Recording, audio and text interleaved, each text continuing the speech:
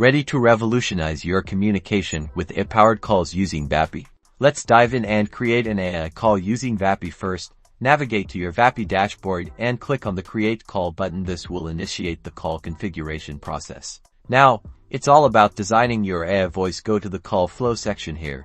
Customize the call's opening. Select a voice from the platform. You can choose a female or male voice and modify its accent and tone. Next, select the language for your call flow. Then, you can set the persona for the AI assistant. Decide what persona you would like to use so the AI knows how to respond in that way.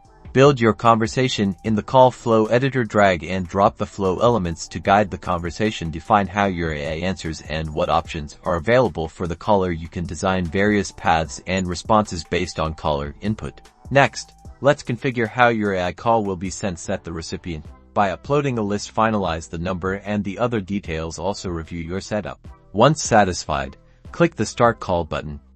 Your first AI-powered call is ready to go. Vapi handles the rest, allowing AI to connect with people in an efficient, human manner.